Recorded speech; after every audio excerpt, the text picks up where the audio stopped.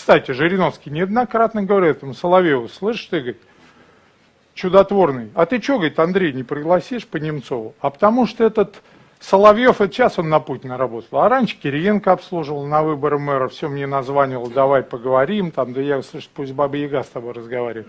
Тогда еще.